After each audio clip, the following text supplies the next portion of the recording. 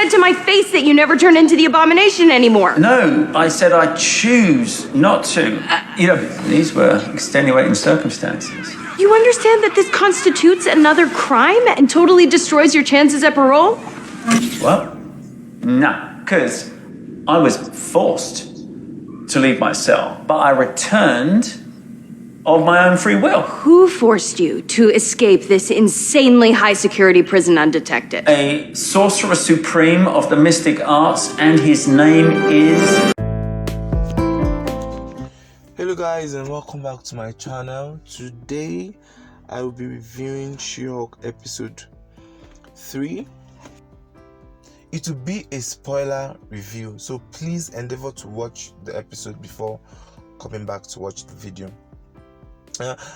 This episode was a continuation of episode 2 after episode 2 ended in that cliffhanger of the clip of Wong taking Abomination out of prison to fight in Shang-Chi.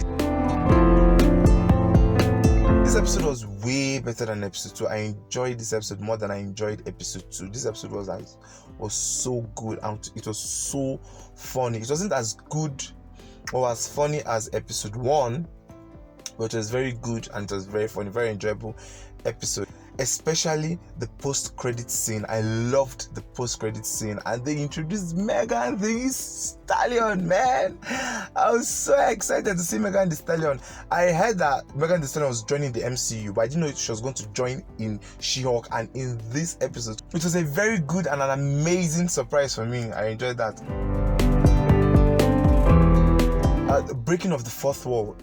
The way that she does it seamlessly, especially when she broke the fourth wall when she was driving in the car and she talked to us, and when she broke it again at the bar, that joining the storyline A and storyline B together.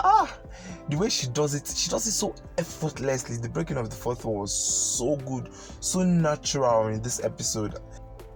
The references were also good. I mean, Wong was there, so they had to reference sorcery, the mirror dimension, shadow dimension, No Way Home, the events of No Way Home. They referenced the events of No Way Home. But then I was a little bit confused because Wong was like, he doesn't want to wipe people's memory again. But I thought it was, okay, let's just assume that Doctor Strange told him of what he did in No Way Home. Apart from that, it confused me a little bit. But the references, She-Hulk is She-Hulk is a boss when it comes to referencing the MCU. That's for she just references them every episode. This episode was also funnier than episode 1. Almost every joke landed. I was just laughing from every scene. At least that was a good joke they had with every scene. And Megan Thee Stallion and She-Hulk twerking, that was such a wonderful thing to add. I mean, it might seem cringy to some people, but not to me. I mean, it fits well with the tone the show has been going with. The CGI on She-Hulk is still iffy. Some parts it's very good, another part, especially when she's walking, is bad. When she walked into her office, when her paralegal was waiting for her, it was very, very bad. It was very bad. They still have a long ways to go with She-Hulk's CGI, but I hope they'll get there by the end of the episode, because the CGI is really weighing down the show a lot. It looks very cartoony. It looks very, very cartoony, and I know they can do better because we've seen great CGI from them. I was also disappointed by the reference. I thought the reference of the soulmates was the Thunderbolts. I was disappointed that it wasn't the Thunderbolts, and I'm not going to put it on them. It's not on them. It's just on me putting my expectations too high. So, but I still didn't like that. And this fighting at the ending where she fought those guys. I mean, they're villains, but I'm praying that they're not the villains I think they are, because if they are, that's a really let down. And the fight scene was very bad. It was just, this is the third fight scene we are seeing, and it's the only good fight scene they've had so far is Hulk versus She-Hulk. The rest have been very bad. Her fighting with Titana, bad. This fight scene, bad. The episode was very enjoyable and very funny. It was a very funny episode. It was silly. It was funny almost to the point of it being silly.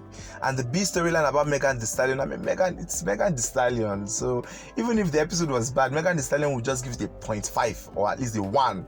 But the episode, it was very enjoyable episode, very funny episode. Jennifer Walters, she was funny. She nailed every role. Most of the jokes that landed came from her. Almost all the jokes that landed came from her, and her breaking of the fourth wall was so good. So Jen was the character of the episode.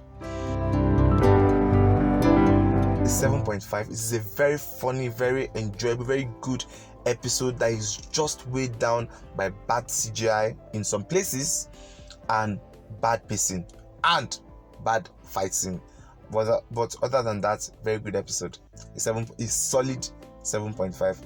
So I hope you guys subscribe, like the video, comment if you have anything to say about the episode, and please turn on the notification bell too. I'll see you guys on the next one.